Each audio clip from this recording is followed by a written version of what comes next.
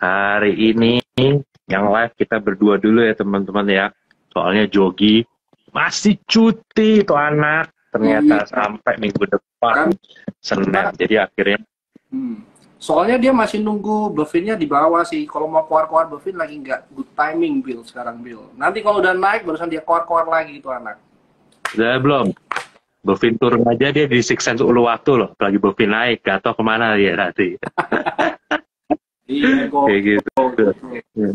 Ya, Hmm. tapi Oh, ngomong-ngomong Bill ya, ya, ngomong-ngomong soal ini ya, pas kita lagi singgung soal Bevin, em, gimana Bill? Ini kan lagi turun. Kalau seumpamanya lagi turun ini timing to buy, ada secara fundamental yang apa berubah nggak sih Bill?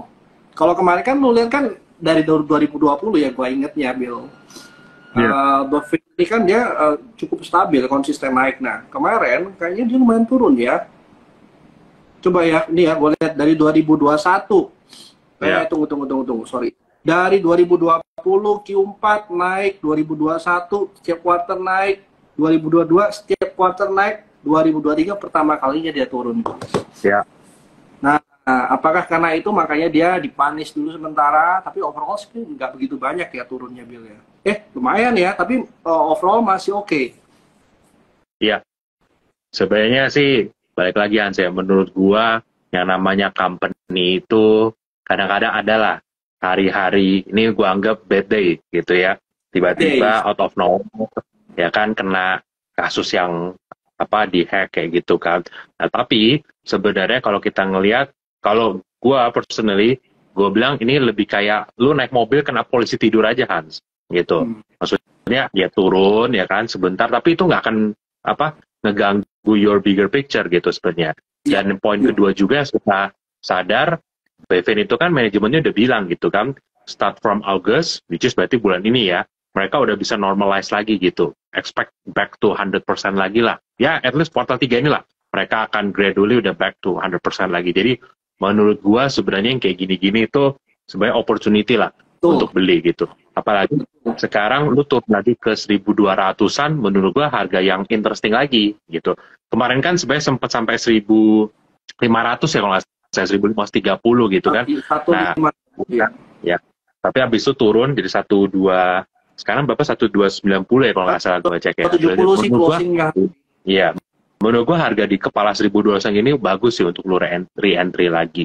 Iya. Apa maksudnya this business will keep growing lah gitu. Ini benar-benar cuma kayak speed bump doang gitu kan. Justru menurut gua lu kalau mau masuk di quality company lu tunggu ada yang momen speed bump kayak gini gitu. Nah ini menurut gua salah satunya nih momen lu bisa masuk lagi, kecuali nih Hans kemarin itu tuh sampai dia kena datanya, terus misalnya nih ya ngomong jeleknya sampai data yang ngutang hilang beneran semua. Nah ya kalau itu Wah, bahaya tuh tahu itu. gitu. Bener Ya.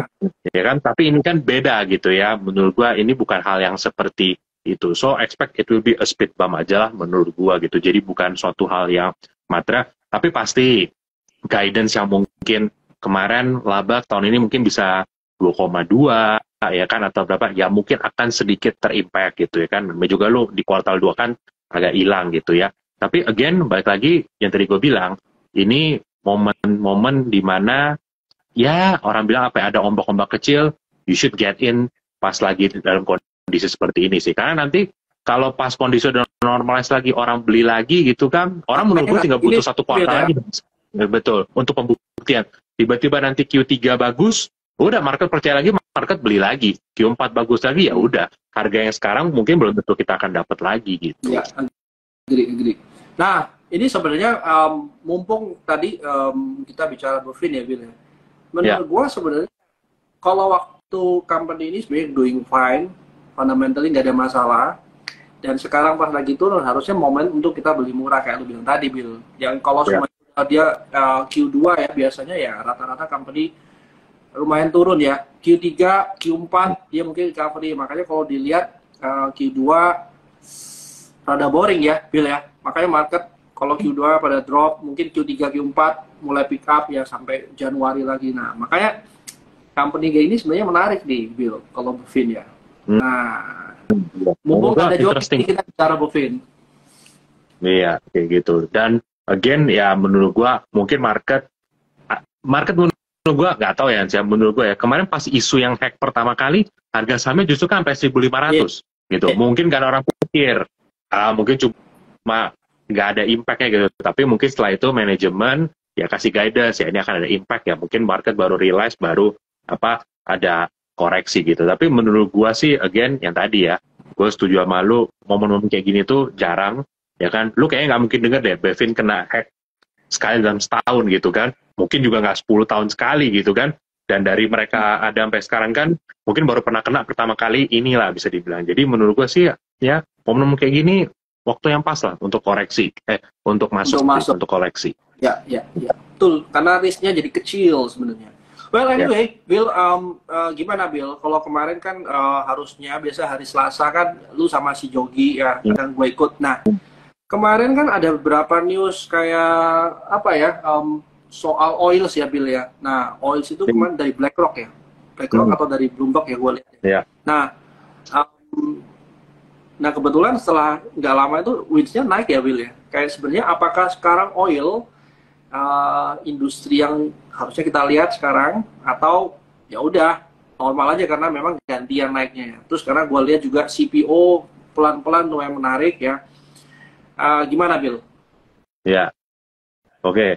Kalau untuk CPO balik lagi Hans ya, gue selalu bilang again, mungkin CPO is not for me gitu kan, atau CPO apa. Tapi setahu gue dari banyak fund manager yang gue kenal pun dari dulu gitu ya, itu sih sebenarnya mostly semua pada udah angkat tangan sama CPO gitu, karena CPO itu kayak susah banget lo ketemu cycle-nya gitu kan untuk bener gitu kan. Jadi mungkin kalau gua CPO, yes mungkin harga CPO-nya masih tinggi atau apa gitu, tapi gua merasa kayaknya untuk barang yang naik tuh wah itu another thing tuh Hans gitu, ada concern mungkin soal ESG lah gitu kan, atau juga fund udah pada kapok semua lah gitu. Gua rasa fund foreign, fund lokal, fund gede, fund kecil udah coba pernah main di CPO the last 10 years mungkin rata-rata mostly lebih sering kalah gitu kan. Jadi menurut gua orang akan lebih pilih mungkin kalau komoditi mungkin akan yang kayak coal ya kan, copper gitu-gitu kan, nickel gitu rather than CPO. Nah, regarding oil gitu ya. Nah, mungkin teman-teman bisa ngeliat juga nih oil udah balik lagi ke level 81 ya, 81 82. Ini bisa dibilang kenaikan 1 bulan terakhir memang kencang ya, dari 70-an balik ke 82. Dan ini sebenarnya bagusnya apa ya? Mungkin teman-teman udah bisa ngeliat impact-nya di saham-saham yang selama ini kita selalu bilang ya Hans ya. Contohnya yang kayak oil supporting company gitu kan. Contohnya kayak Wintermar. Lihat aja Wintermar akhirnya kalau teman-teman sabar beli meskipun kemarin di terus ini gila Bill. Benar di take off terus gitu kan, naik tuh turun, naik turun. Nah, tapi finally kita bisa ngelihat sekarang gitu bahwa mereka tuh dapat rates-nya udah akan mulai tinggi di Q3 ini. Memang mungkin ya kalau teman-teman yang bekerja di dunia oil supporting gitu-gitu, coba deh tanya rates kapal yang tier tinggi itu yang PSP gitu ya. Itu tuh sekarang udah nggak ada lagi teman-teman di bawah 10.000 seperti yang kayak kuartal 1 atau kuartal-kuartal kemarin. Sekarang semua kalau tender minimal udah 20.000 gitu loh. Nah, terus namanya kapal yang mid-tiernya pun itu harganya akan pelan-pelan mulai bergerak naik. Di dalam negeri itu mungkin masih 3.000-an, 3.000, 3.500 gitu kan. Nah, tapi di luar negeri itu udah 6.000, 7.000 loh. Gitu. Dan mereka kalau merasa di dalam negeri ini nggak dapat rates yang bagus, why not bawa aja keluar kayak gitu kan. Keluar di luar juga laku kok gitu kan. Karena sekarang OSP udah nggak mengenal batas 15 tahun lagi Hans. Kalau kemarin-kemarin batasan 15 tahun untuk kerja. Tapi sekarang karena supply-nya nggak ada, batasan 15 tahun itu udah di scrap. Malah sekarang kapal yang 15 tahun lalu pun aktif diperjualbelikan gitu. Yang kayak Wins bilang kan, mereka beli kapal setahun lalu sekarang harganya udah double. Jadi mau jual kapalnya pun cuan Hans. Jadi menurut gue ini sebenarnya bagus. Berarti aset dia aja harganya naik gitu. Jadi maksud gue lu cari di mana lagi ya? Company yang cycle-nya lagi bagus, earnings-nya, asetnya dia untuk kasih labanya pun lagi naik gitu. Jadi ini benar-benar bagus gitu. Meskipun kemarin mungkin teman-teman yang punya Wins agak shock ya lihat gerakan dia ya. Jam 3 4.84, jam setengah 4, 4.10, jam 3.50, 4.80 lagi, tutupan 4.28, gitu kan. Nah, tapi hari ini dibawa ke langit lagi, ya kan. Hari ini dibawa, berapa tutupan 4.86 ya? Berarti balik ke yesterday high, kayak gitu. Nah, jadi menurut gua, sektor ini udah tinggal pembuktian aja, Hans, gitu. Menurut gua kalau earnings-nya nanti yang keluar terus bagus, ya mungkin nanti lu tinggal tunggu kejadiannya kayak kejadian mungkin kayak SMDR kemarin, kejadian kayak Wismila sekarang kan. Wismila sekarang meskipun orang tinggi, tiap laporan keluar, harus lihat, bagus ya. Menurut gue ini udah dalam masa tinggal pembuktian aja sih laporan keuangannya gitu. Jadi overall komoditi gue ngelihat harusnya oke, Hans ya. Kalau tadi balik lagi komoditi, kenapa? Ini kan semua PMI manufacturing apa segala itu udah jelek banget tuh, Hans. Kalau tadi Swiss keluar udah 38 PMI-nya, 33 atau 38 gue lupa gitu kan. Nah, jadi maksudnya PMI angka segini kan, itu tuh udah biasa tuh di bottom recession, kayak gitu kan. Jadi after this, arahnya menurut gue tinggal satu, upside. Gue nggak bisa imagine PMI itu turun sampai 20-an. Itu tuh berarti tuh negara udah nggak produksi apa-apa mungkin kalau 20 gitu kan. Jadi sekarang dengan PMI negara-negara maju rata-rata tuh di 40-an, atau bahkan yang 30-an, gue sih ngelihat tinggal arahnya entah lagi ya expansion gitu kan. Tapi ini kayaknya udah di ujung cycle-nya gitu. Jadi menurut gue komoditi harusnya proxy yang bagus kalau lu betting di economy recovery gitu. Nah, Bill, ngomong-ngomong soal Wintermar lagi, Bill ya. Kalau lu lihat itu kan PR-nya tuh ya, Bill ya. Kalau nggak salah sekitar 65 something, Bill ya. Nah, apakah masih worth untuk kita? Atau sebenarnya kita lebih baik cari yang lagged, Bill ya. Kalau nggak salah si Wins ini kan punya peers-nya salah satunya LP ya. Ekalia ya. Nah, kalau LP-nya sebenarnya bisa nggak kalau kita mikir, oh ya udah kalau Wins-nya leading dan kita cari lagged-nya di LP gitu misalnya. Oh, oke. Ya, memang yang bisa dibilang sejenis mainannya sama Wintermar tuh cuma ada mungkin Wintermar, Logindo, ya kan, sama LP menurut gua. Ya benar yang lu bilang tadi. Jadi 3 itu. Tapi lihat lagi, kalau LP kayaknya lebih banyak kerja di luar kan. Makanya kan mereka kemarin ada acquire Malaysia company juga yang kayaknya affiliated atau apa gitu. Nah, Wintermar kapalnya speknya high tier gitu. Nah, menurut gua kalau yang Logindo lu harus betting dulu mereka tuh bisa solve yang soal debt-nya mereka tuh. Yang mereka. Kalau debt-nya mereka tuh udah bisa di-solve, nah baru enak gitu. Jadi mungkin gua kalau tanya, gue mungkin masih lebih pilih stick di Wins atau LP kali ya. Iya. Nah, itu sih kalau untuk oil ya. Nah, teman-teman mungkin bisa lihat juga teknikalnya. Sebenarnya dia lumayan turun sih, Bill ya, dari harga kemarin naik paling tingginya di berapa tuh, di sekitar 272 ya, hari-hari gini udah mulai turun. Nah, kalau memang kita bicara logiknya leading dan laggard, ini mungkin menarik untuk dilihat sih. Anyway, oil related kali Bill ya, apalagi nih kalau kita ngomong oil related.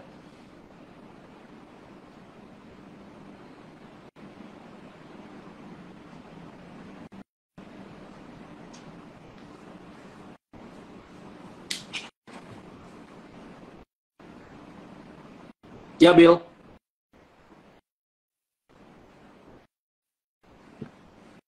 Kenapa, Han? Sorry nggak kedengeran. Hah? Yang oil related apalagi nih, Bill? Oil related apa lagi ya?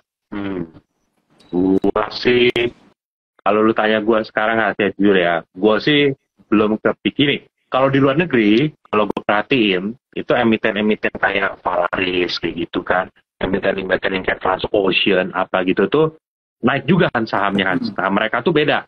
Kalau Wins itu kan kapal OSP-nya. Kalau kayak rig, Transocean gitu kan, mereka tuh rig-nya, Hans.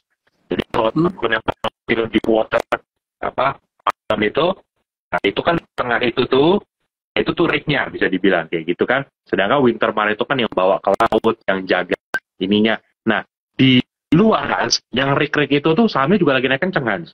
Nah, tapi di Indonesia, sayangnya saham yang benar-benar rig player di Indonesia tuh bisa dibilang hampir nggak ada, Hans. Gitu. Ada memang nama yang kayak Apex gitu atau apa. Tapi kalau lu ngelihat lu kan lebih technical Hans, kan? Misalnya Apex gitu kan, itu saham very volatile gitu, dan volumenya juga yang kecil gitu menurut gua gitu. Jadi menurut gua the best proxy oleh supporting sector di Indonesia masih yang kayak OSP gitu sih Hans, gitu.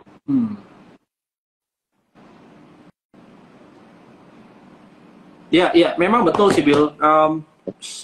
Kalau kita bicara kayak sektor, mungkin satu hal menarik ya Bill ya. Tapi liquidity-nya, terus kayak dia punya turnover itu kadang-kadang nggak cocok untuk semua orang sih. Nah, jadi ya balik lagi ya, sesuai juga ya sama size-nya ya Bill ya. Kalau semuanya kita bicara size terlalu kecil, mungkin asing atau fund besar nggak bisa masuk, juga mau naik juga susah ya. Akhirnya buat retail-retail kecil doang gitu. Ya nggak salah juga, tapi mungkin ya kalau kita mau naiknya kenceng, bener-bener size-nya harus lumayan gede gitu. Iya, kalau mau liquid ya kayak mahal Hans. Waduh, sekarang liquid banget itu kan. Nah, baru paling enak sebenarnya kayak gitu Hans, yang ada liquidity-nya gitu kan. Jadi lu mau masuk berapa, keluar berapa enak gitu loh. Iya, gue nggak nyangka juga sih Bill. Kemarin gue sempet jual di 284 ya, 284. Miss sebenarnya kemarin ya. 284 tuh gua oke juga sebenarnya. 284 gua hitung dari arahnya sehari kemarin. Gua lupa cabut advance ordernya. Ke liquid kan, jual. Habis gitu lumayan hari ini turun ya. Sebenarnya waktu turun tadi ke bawah tuh 260 ke bawah bisa beli ya. Nah, kita nggak tahu ini masih mau naik apa enggak. Tapi lu spek ya. Siapa tahu besok naik anyway. Ya. Wah, siapa tahu nih, bahasanya udah siapa tahu nih. Ya, kita nggak tahu ya. Siapa tahu ya teman-teman ya, besok jebol 300, siapa tahu. Kan kita kan namanya siapa tahu. Iya, betul. Ya, jaga garis lah, jaga. Jaga garis. Sama sih, menurut gua juga apa? Kayak lu di coal sekarang ya. Ini kita ngomong selain oil supporting sector. Yang coal supporting sector juga menurut gua interesting. Kenapa? Karena dengan harga coal sekarang, ya kan, emiten-emiten coal mungkin akan turun labanya. Karena kan coal yang tahun ini kan harganya pasti lebih rendah daripada tahun kemarin kan. Tapi di harga sekarang, mereka mah jual aja Hans, produksi terus. Ya kan, orang harganya profitable kok segini kan. Nah, kalau udah kayak gini, yang paling diuntungkan menurut gua sih, yang supporting ini semua gitu loh. Jadi ya contohnya kayak misalnya kontraktor, gitu kan, you name it lah. Ada kayak Rossi gitu kan, ada kayak Doit gitu kan, ada kayak UT gitu kan, ada kayak Mata juga. Menurut gua yang supporting ini bakal kebanjiran order banyak menurut gua. Kenapa? Jasanya dibutuhin Hans, di harga segini mah lu produksi aja terus gitu kan, kecuali nanti call tiba-tiba amit-amit balik di bawah 100 lagi Hans gitu kan. Nah, ya, dan expect mungkin akan ada slowdown kalau di situ. Jadi mungkin kalau ditanya, gue akan lebih pilih apapun yang supporting ya sekarang ya, di harga komoditas kayak sekarang. Karena gini, lu nggak bisa expect harga komoditas sekarang lebih tinggi daripada tahun lalu, tapi lu juga nggak expect harganya akan turun dalam. Jadi ini di level harga yang bisa dibilang apa ya bahasanya, higher than usual, gitu kan, higher than average juga. Nah dengan kayak begini, insentif untuk orang produksi terus ada, gitu menurut gua. Dan itu akan untungnya supporting. Ya, itu gue jadi ingat yang kemarin sempat kita ngomong sama Wintermal ya Bill. Itu si Wintermal kan ngomong dia punya cost itu cuma 5% dari cost production ya Bill ya, dari oil ya. Nah, kira-kira kalau untuk yang oil supporting ini sebenarnya cost-nya mereka tuh berapa persen sih Bill? Oke. Yang kayak sebenarnya macam atau kontraktornya. Ya, sebenarnya kalau lu kayak gini Hans, itu ada 2 jenis kontrak sebenarnya. Gitu kan, itu kalau kita tanya ada jenis kontrak yang lu gua kasih kapal gua aja, bensin lu sendiri ya, gitu. Itu ada. Tapi ada lagi yang kedua, gua sewain kapal tapi bensin juga yang tanggung, tapi biasa rate-nya lebih tinggi Hans kalau kayak gitu. Jadi biasa mungkin rate-nya bisa lebih mahal 5.000-an kali per day gitu loh, karena lu termasuk bensinnya lu tanggung gitu kan, oilnya gitu. Agree. Oke, Bill, anyway kan kalau kemarin bulan Juli itu kan gue sempat ngomong sama yang teman-teman juga kan, live juga. Biasanya kalau bulan Juli kan memang market tuh pada low ya. Kalau lu masih ingat kita sempat bicara ya Bill ya. Nah, Agustus itu biasanya rada batuk-batuk dikit ya. Nah, ini kan udah mulai bulan Agustus nih, Bill. Apakah strateginya kan sama, ataukah tetap kita masih ngelihat sentimen-sentimen dari ya, regional misalnya, Bill ya? Iya, oke. Sebenarnya kalau lu bilang Agustus biasa batuk-batuk, sebenarnya kita udah bisa lihat tuh Hans. Hari ini punya sentimen, pagi-pagi lu bangun, ya kan? Tadi gua baca WhatsApp jam berapa tuh? Jam 7 ya gitu kan. Gua baca dari Fahrul. Fitch, turun, wah gue bilang, gue jadi keingetan yang tahun 2011 kemarin Hans gitu kan. Waktu itu di downgrade juga gitu kan. Waduh, itu bursa langsung, waktu itu bursa kebetulan moodnya lagi jelek lagi. Kalau waktu itu teman-teman cek ya, yang di 2011 kemarin itu market udah turun, ditambah begituan, waduh itu langsung marketnya langsung kacau balau tuh waktu itu gitu. Nah, tapi tadi pagi gue langsung cek futures, cek komoditi, ini kok kayaknya everything still calm ya gitu. Maksudnya nggak terlalu ada respon apa kayak gimana kayak gitu kan. Nah, jadi menurut gue ini juga hal yang kalau personally buat gue ya, ini agak sedikit mulai going down ya. Nomor gitu loh. Karena gue expect sebenarnya market akan langsung panik kayak gitu kan. Oh, langsung apa. Tapi tadi gue ada baca di mana ya? Apa maksudnya ada analis dari luar gitu ngejelasin kenapa? Karena sekarang itu apa ya tadi dia ngomong ya, gue harus baca ulang lagi sih. Intinya udah nggak terlalu banyak gitu loh, fund atau aset yang di back dengan ratingnya harus gini, kalau ini langsung drop langsung mereka harus kena kolateralnya atau apa gitu, itu nggak kayak gitu loh. Itu nanti gue baca lagi lah. Itu tadi gue coba baca sekilas doang, ya kan. Nah, tapi balik lagi Hans, kalau lu perhatiin market ini termasuk yang agak anti bad news nih lately, ya kan. Lu kasih bad news apapun, terutama di Dow Jones ya, wah kuat mereka, ya kan. Yang saham contoh nih ya, saham-saham yang kayak tech lu nggak usah tanya lah, yang tech kan udah naik gitu kan.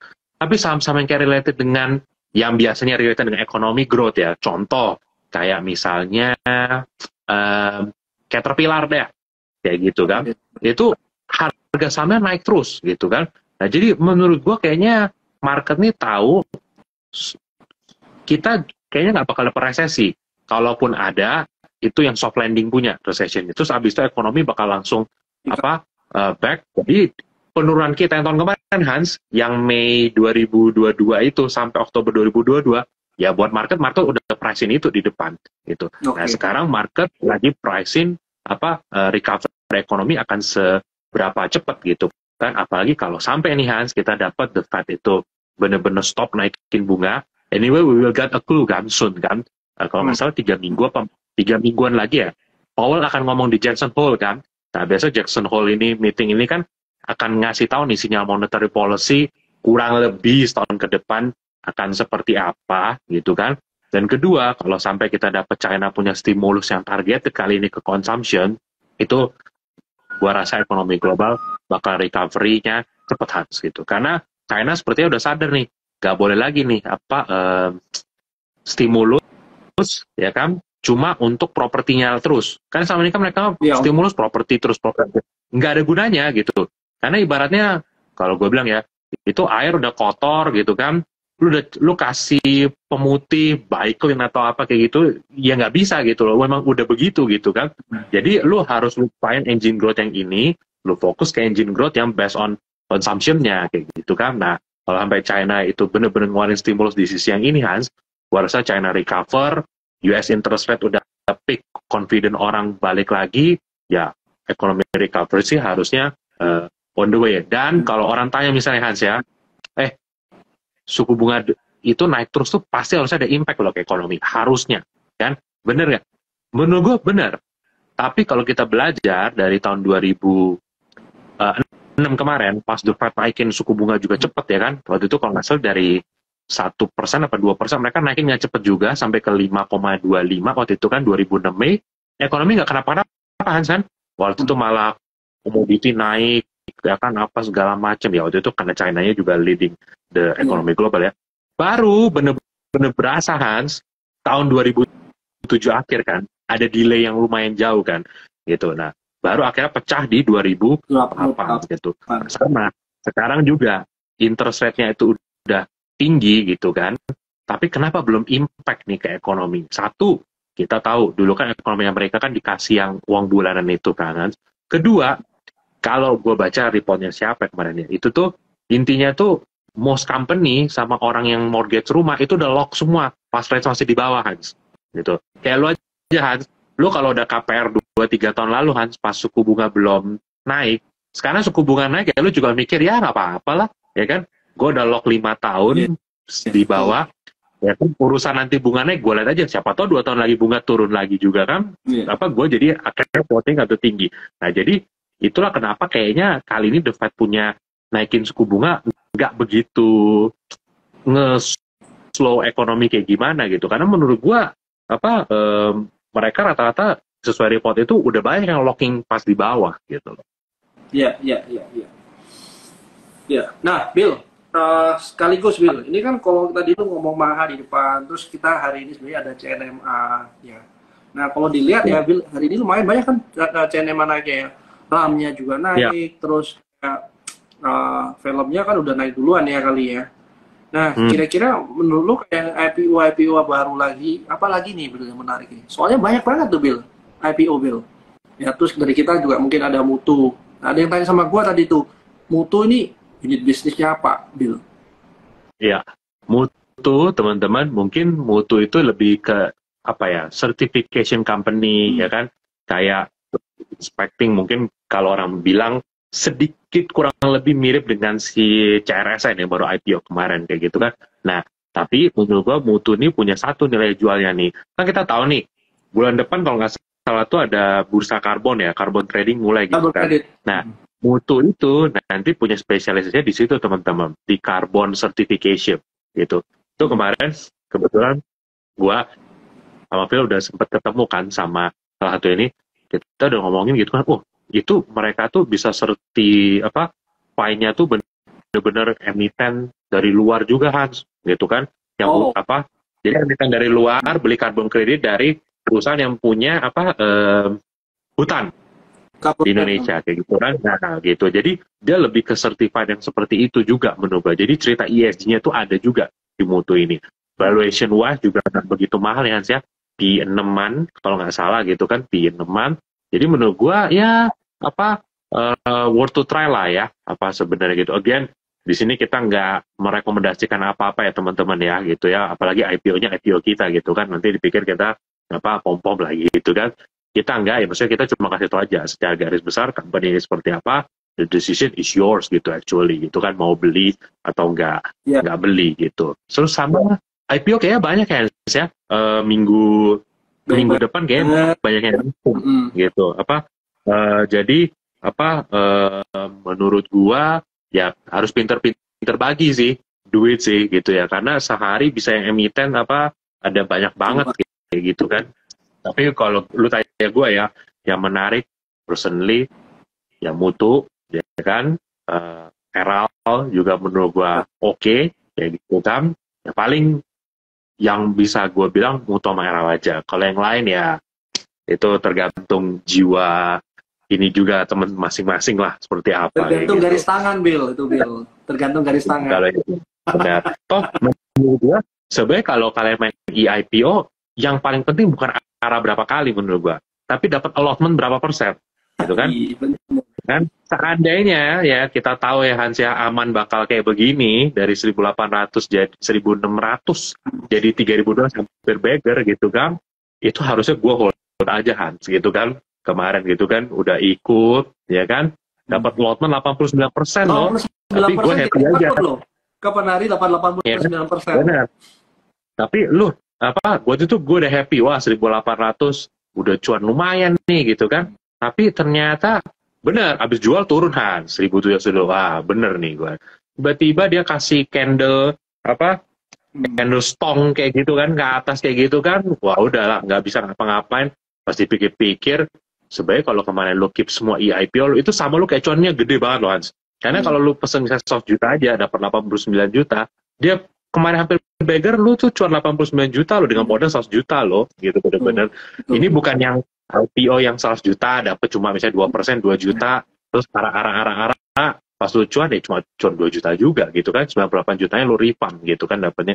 Itu benar-benar menurut gua, kalau tanya menurut gua IPO yang terkeren tahun ini menurut gua dari segi harga post IPO gitu ya, itu aman menurut gua. Karena lu allotment gede, market cap gede lagi aja, dan itu bisa ditarik setinggi itu. Menurut gua itu ya hebat lah, Om Salim dan Om Panigoro Medco gitu.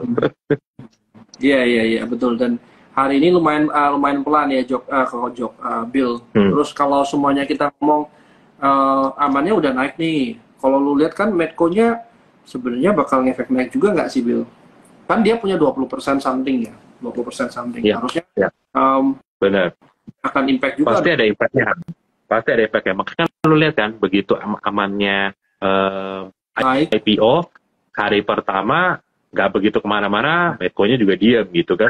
Tapi begitu amannya nembus 2.000, ya Medco-nya ikut harus. Karena gimana pun, meskipun orang bilang itu kan bukan operasional, itu kan lu cuma punya ownership doang di situ kan, ya, tapi tetap aja gitu kan. Meskipun cuma punya ownership, ya kan, tapi dari 1.600 jadi 3.200 kan nilai aset lu kayak naik 2 kali lipat. Sedangkan harga sahamnya Medco cuma dari berapa? 800, 900, sekarang baru 1.100-an juga anyway kan. Iya, betul. Menurut gua, betul. Kalau amannya bisa stay di dekat-dekat 3.000, ya Medco sih interesting ya, karena kan nilai Medco-nya aja bisa dibilang udah kayak Medco-nya kan, gitu kan, nilai saham amannya aja udah kayak nilai Medco-nya. Iya, betul. Nah, Bill, tadi lu ngomong soal carbon credit, Bill. Kira-kira kalau sekarang kita bicara yang carbon credit nih, Bill, emiten yang carbon credit, apalagi nih, Bill, yang relate gitu? Emiten yang Oke. Menurut gue yang carbon credit udah pasti lu ngomong yang soal renewable energy gitu ya. Betul. Yang benar-benar certified mungkin itu Mutu yang kerja certified. Tapi yang benar-benar jual renewable energy-nya kan ada beberapa ya. Hans gitu kan. Contoh misalnya kalau yang hydro lu punya Arco sama Kin gitu kan, itu yang hydro.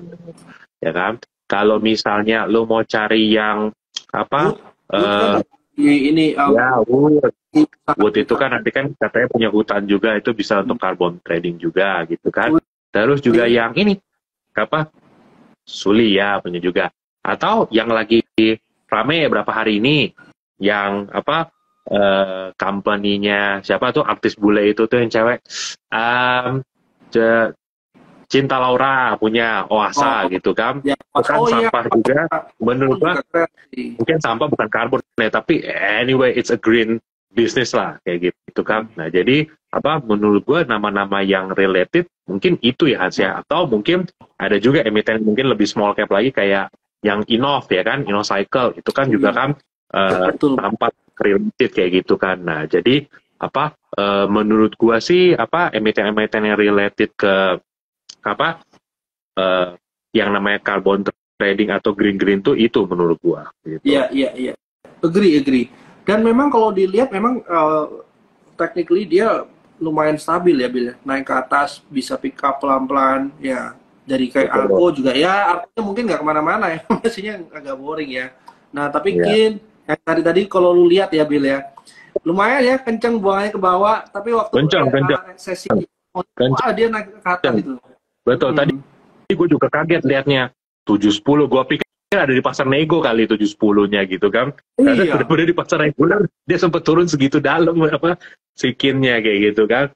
Itu sama benar, itu juga benar yang kayak Cicoy bilang nih Star Energy, betul. Star Energy itu berbarito teman-teman, in case teman-teman belum tahu Star Energy itu barito gitu.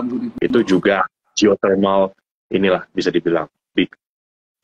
Oke. Nah, apakah menurut lu kayak otomotif ini gimana, Bill, sampai akhir tahun? Soalnya kan kalau lihat Gias ini kan di setiap kota lumayan banyak, Bill ya. Nah, lu lihat dari kayak auto parts-nya udah pada naik juga ya, lu auto itu kalau ada stikernya auto 4.000 segala macam ya. Terus ada kayak SMM juga lebih murah, kayak bukan murah, udah pick up juga. Dharma mungkin yang duluan naik sih, Bill ya. Kemarin sih gue cuma target sampai 1.000, ini udah hari ini udah sampai paling tinggi berapa? 1.600, Bill. Nah, gimana nih, Bill? Apakah better kita fokus ke sana atau gimana tuh? Ya, kalau lu tanya gue Hans ya, saham otomotif, ya kan, big cap lu udah pasti Astra dong gitu kan, yang bener-bener ini gitu kan. Sedangkan kalau di second layer lu punya banyak pilihan di situ, ya kan. Ada orang bilang apa auto, ya kan. Ada yang mungkin ngomong SMSM lah gitu kan. Ada yang ngomong lain-lain. Ya menurut gua bener-bener aja, dan semua rata-rata udah naik juga kan Hans gitu kan. Nah, tapi balik lagi Hans, jangan lupakan saham kecintaan kita Hans, Cars Hans gitu. Itu itu saham favorit kita Hans. Itu yang belum naik banyak Hans sebenarnya kayak gitu kan. Dan itu masih masih dimasak itu tuh ibaratnya gitu menurut gua. Jadi kalau orang bilang Dharma Auto ya good ya good if you have saham-saham itu pasti udah cuan lumayan gitu. Tapi kalau disuruh beli lagi di harga sekarang ya mungkin kita agak risky juga ya untuk rekomendasi orang beli di harga sekarang gitu kan, karena ya harganya udah lumayan ya kan, autonya udah 3.000 gitu kan. Terus juga rumah juga udah naik lumayan gitu kan. Ya jadi menurut gua sektor auto yang related yang belum naik banyak, ya menurut gua sebenarnya itu ini Cars menurut gua Cars gitu. Dan ya tapi mungkin entry point-nya aja lu atur pas dia ke bawah-bawah lagi diskon ya, itu mungkin masih oke lah. Kalau hajar di atas nanti nyangkut lagi di atas dulu. Benar. Tunggu direstuin lah, itu nanti pasti ada waktunya teman-teman gitu kan. Jadi sabar aja gitu. Ya, NPMX tuh juga tuh nggak ada jogi juga hari ini. NPMX juga lumayan banyak ya, Bill. Kalau lihat dari kemarin dia dari harga 1350 something, ini hari ini udah turun dekat-dekat support nih, Bill. Sebenarnya masih oke nggak sih kalau lu hold NPMX ini? NPMX juga ngomong Hans ya, gue sekarang nggak begitu ngikutin kayak gimana nih sekarang gitu, karena sejak yang waktu itu dia udah dijual, itu yang paling tahu sebenarnya Jogi lah apa sekarang ini barang kayak gimana. Sekarang udah 1030 ya. Iya, udah 1030 dia. Ya kalau gue sih intinya ini nggak masuk watchlist gue sih Hans sebenarnya dan gue belum update lagi sama latest company kayak gimana, jadi mungkin gue belum bisa kasih komen kayak gitu, daripada salah gitu teman-teman gitu. Balik lagi, lu tadi ngomong soal oil related, gimana nih oil related barangnya kita itu yang harganya 1385 sekarang? Gue pikir oil related yang mana? Gue pikir sejak kapan Winter Marathon Logindo atau Medco 1385? Maksudnya Tugu gitu. Tugu sih sebenarnya gak ada hubungan sama oil related. Ya, cuma kan asetnya Pertamina gitu. Itu kalau oil related itu jauhan sebenarnya itu enggak gitu kan. Ya tapi ya balik lagi Hansa, kalau menurut gua ya kan, ini kita ngomong yang ada aja yang bisa kita omongin gitu kan. Ya Tugu itu simpelnya ini kan lagi tren nih saham-saham yang value gitu kan, lagi pada naik. Tugu valuation teman-teman bisa cek lah dari segi book value itu juga murah kayak gitu kan si Tugu ya kan. Kinerja wise juga lu lagi cuan banget kayak gitu kan, operationally very good gitu kan, ditambah dapat kemarin tuh duit rezeki nomplok gitu kan dari salah satu foreign bank ya kan di Hong Kong situ. Jadi menurut gua sebenarnya dengan duit segitu mereka bisa ngelakuin banyak hal, bisa akuisisi lagi organik kayak gitu kan, atau kedua bagiin spesial dividen kan dengan cash gitu. Karena dengan cash mereka sebagai itu teman-teman, wah itu udah dibanding market cap itu tuh menurut gua menarik gitu ya. Apalagi kan Tugu terkenal bagi dividen lumayan royal kan ya. Apalagi ditambah mereka ada dapat kayak gini, ya sebenarnya sih kalau lu tanya gue mungkin Tugu ya tunggu aja Hans, itu kira-kira duitnya mau dipakai buat apa kayak gitu loh. Iya enggak. The reason gue tanya ini karena hari ini kemarin gue ada masuk tuh Bill, dan kalau lihat tekniknya lumayan kan rapi ya. Kalau gue sih iya. Gue lihat Tugu memang lumayan ya. Setiap di moving average 20 biasa dia rebound gitu. Iya, ya kan? Ya, tapi memang saham ini terserah untuk trading dulu ya teman-teman ya, karena kalau lu nggak ambil profitnya, diambil balik kan sama market dalam 4 hari kemudian kayak Ya, gitu, exactly. balik lagi. Jadi harus harus tradingin teman-teman barang-barang kayak gini. Ya, betul, betul, betul, betul. Oh, gue baru Oh, tahu nih, ini namanya supporting dari oil supporting sector. Jadi apa? 2 kali. jadi masih ada bau-baunya dikit lah ya, Bill ya. Oke, oke. Terus ada apa lagi ya? Gue kayak RAM, ya RAM tuh juga naik sih, Bill. Terus mungkin kalau lu lihat structure marketnya, mungkin waktu dia pullback masih bisa ya. Dan dia dari bawah ya. Nah, ini tadi ada. Ya, barang lo yang lain apa? Pani, ya kan? Pani surprisingly laporan keuangannya udah keluar loh, Oh ya? auditednya. Gitu. Sudah Oh ya? keluar tadi jam berapa? Jam 6 sore udah keluar gitu di situs bursa. belum Dan yang gua amazed, kayaknya baru 2 hari lalu deh mereka bilang mereka mau audit laporan keuangannya, tiba-tiba dalam 2 hari itu udah keluar gitu. Nah, menurut gua again, we don't want to speculate teman-teman gitu ya, tapi kalau bisa dibilang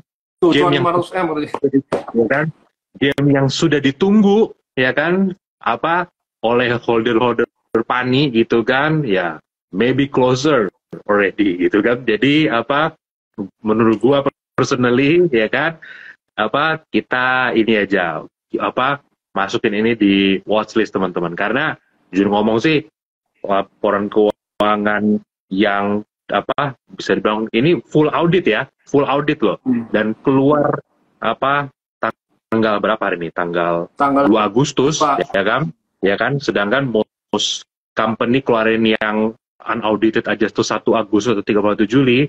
Buat gua it may be the sign, Hans, gitu kan, yang sudah ditunggu-tunggu itu sudah dekat gitu teman-teman. Jadi ya mungkin teman-teman mungkin harusnya udah dengar juga lah dari mana-mana kayak gitu kan. Ya, menurut gua ini udah dekat berarti kalau udah kayak begini. Tinggal kita tunggu aja. Iya, ya. Udah dekat naik ke atas jauh atau udah dekat naik ke atas dikit nih, Bill? Gue nggak ngerti. Soalnya mau beli 167 terus dia naik. Dan sekarang hari ini naik lagi. Ya mungkin bisa naik lagi. Harusnya kalau lu tanya gue, again bukan pom-pom ya, harusnya kalau lu tanya personal opinion gue, we should see kepala 2 nggak lama lagi harusnya gitu ya teman-teman. Tapi jangan pakai ini sebagai rekomendasi gitu ya, dan lebih kayak aja personal opini aja ya. Sisanya kita bahas di kantor lah, Hans, yang kalau kayak begituan gitu ya, gosip-gosip kayak gitu di kantor aja. Ya, gue kebetulan lagi lihat, soalnya kan tadi sebenarnya gue mau masuk lagi ya, tapi ya tunggu pas pullback. Nah, Bill, mungkin terakhir ya, kalau tadi kan lo lihat si gudang garam lumayan banyak juga ya turunnya, Bill. Gudang garam, terus kayak HMSP itu juga duluan turun ya. Sementara kalau yang kecil kayak Wismilak ini malah moncer terus naik aja di Bill. Nah, kira-kira kalau kita mau masuk ke sini, Bill, sebenarnya masih oke nggak? Nah, dilihat dari earningnya dia juga cukup stabil, konsisten naik nih. Berarti Wismilak. Wismilak ya, Hans, ya. Wismilak berarti ya. Wismilak ini gua masih inget nih Wismilak ini, Hans, kalau balik cerita ke 2,5 tahun yang lalu gitu ya, pas pertama kali sahamnya mulai naik gitu ya, itu tuh orang mungkin pikir rokok cuma kelas ini aja, sama apaan nih kayak gitu kan. Nah, tapi sebenarnya orang miss gitu kan, bahwa saham-saham rokok yang gede itu kan udah kepukul, Hans, dengan tarif yang tier satunya itu gitu kan. Sedangkan tier yang bawah ya kan, itu tuh disimplified gitu menurut gua. Nah, jadinya, Hans, orang yang sama nih ngerokok udah di tier atas ya kan, ngelihat dengan tier bawah, kan dulu ada 3 tier gitu kan, kalau nggak salah kan, ada tier yang satu lagi 2A 2B gitu kan, malah ada yang di bawah lagi. Tapi maksudnya kita bandingin aja dulu nih dekat, sedangkan yang jaraknya ke atas jauh gitu kan. Jadi sweet spotnya tuh ada di Wismilak memang selama ini gitu kan. Dia dibanding rokok yang kelas lebih bawah harganya cuma beda dikit, dibanding rokok yang lebih di atas harganya beda jauh.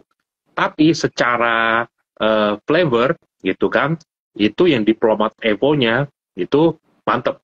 Itu bisa dibilang Hans, kalau gimana ya namanya ya, kalau ada orang yang paling jago bikin rokok ya kan di Indonesia gitu ya, itu orangnya salah satunya ada di Wismilak Hans. Itu namanya Pak Warsianto gitu kan.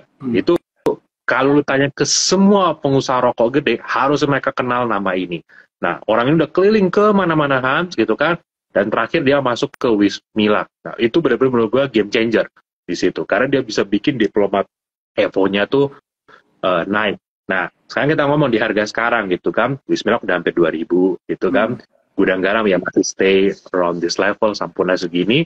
Intinya simpelnya gini Hans, selama Wismilak itu nggak tembus yang batasan miliar batang itu, ya kan, cukai dia nggak naik ke tiering 1, dan spread harganya sama yang tier 1 tuh masih jauh, harusnya Wismilak akan terus dapat kuenya.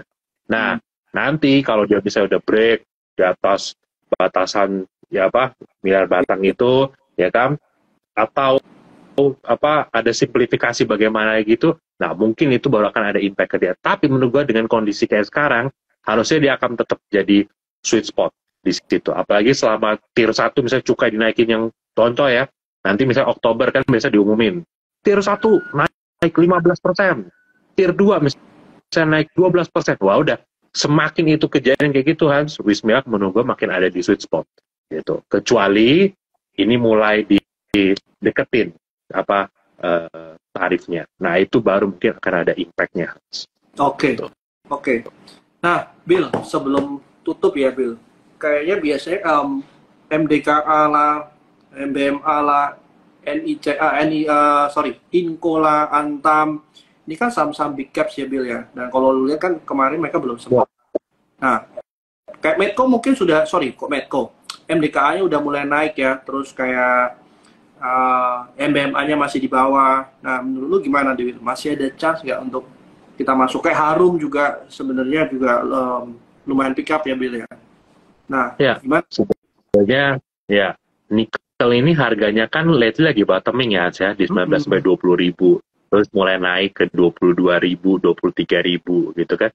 Nah, jadi menurut gua sebenarnya ini udah mulai stabil lah gitu. Kayak kemarin orang takut Hans, nikelnya jebol di bawah 20.000, apalagi mulai banyak beredar berita di luar kan, oh nikel oversupply apa segala macam, which is benar nggak? Benar, itu oversupply at current year and probably next year gitu kan. Nah, tapi kita juga kan nggak bisa deny, yang namanya nikel itu punya masalah yang klasik sama kayak copper sebenarnya ataupun oil gitu kan, dibutuhkan tapi current investment nggak akan cukup buat future punya supply gitu. Dan nikel kan lo tahu dibutuhin kan Hans buat yang EV dan segala macam gitu ya. Jadi menurut gua in the long game nikel, copper itu tuh masih sangat dibutuhin gitu. Nah, khusus misalnya untuk kayak Merdeka. Tadi Merdeka pas 2Q-nya keluar gitu ya, gue lihat nih tadi Pinus update ya kan, itu partial nickel matte-nya mulai masuk loh di bulan Juni gitu kan. Nah, jadi kita bisa expect nih peak iron production and sales-nya bisa naik nih di Q3 gitu, karena smelternya udah mulai operation this quarter gitu kan. Ini emiten company guys, Merdeka. Oh, MDKA. Oke. Jadi dari yang selama ini revenue-nya itu bisa dibilang cuma copper, gold ya kan, NPI gitu kan. Sekarang nickel matte-nya udah mulai ada loh Hans gitu. Nah, jadi menurut gua harusnya ini good development lah ya gitu ya. Tadi ada analyst meeting katanya jam 4, tapi gue belum dapat nih update-nya apalagi gitu. Tapi yang jelas akhirnya punya engine growth-nya tuh mulai hidup nih yang satu lagi. Meskipun mungkin masih kecil. Iya. Pas tadi gue masuk di bill 3.400. Siapa tahu naik lagi. Siapa grafik tahu wise juga bagus kan? Kalau gue lihat grafik wise juga oke. Salah satu yang gue masuk MDK, gue ada masuk MDKA. Terus Harum juga, tapi kemarin Harum gue masuknya mungkin 3 hari yang lalu ya, 1620 kemarin. Nah, ya menurut gue juga dia punya volume wise oke. Harusnya dari flow juga oke. Technical juga oke. Ya tinggal tunggu naik ya, harapannya gitu ya. Iya. Gitu. Nah, mungkin sebelum ini Bill ya, nutup. Nah, teman-teman, kalau kemarin sempat lihat yang kita punya Instagram ya, itu kita ada competition ya, Youth Investment Club. Nah, itu kompetisinya bakal ada di bulan September ya. Buat teman-teman yang mungkin masih basic to intermediate atau masih baru ya, untuk siapa tahu ya sambil trading tapi dapat cuan total dia punya reward sekitar 50 juta ya. Itu nanti akan ada pemenang mingguan juga ya, competition mungkin sekitar 5 minggu sampai 6 minggu ya. Mungkin coba teman-teman cari nih Youth Investment Club, coba cari atau sekalian bisa teman-teman coba daftar ya. Siapa tahu pas bulan-bulan September itu marketnya pick up dari bawah misalnya ya. Nah, seenggaknya lebih gampang cuan tuh. Nah, teman-teman silakan sih coba intip-intip aja dulu ke sana. Nah, untuk TNC segala macam dijelaskan di sana juga sih. Hadiahnya gede juga ya. Hadiahnya itu 50 juta loh, ya kan, yang kita siapin ya kan dari Trimega. Gitu. Yes, betul sekali, betul sekali. Oke, kalau begitu, Ram, Tuhan semoga. Ya, anything else, siap. Udah sih, paling thank you ya, teman-teman atas kehadirannya nih malam ini gitu kan. Thank you juga Hans gitu. Semoga kita semua tetap cuan. Gitu. Oke, sip. Oke, thank you. Thank you Hans. Yo.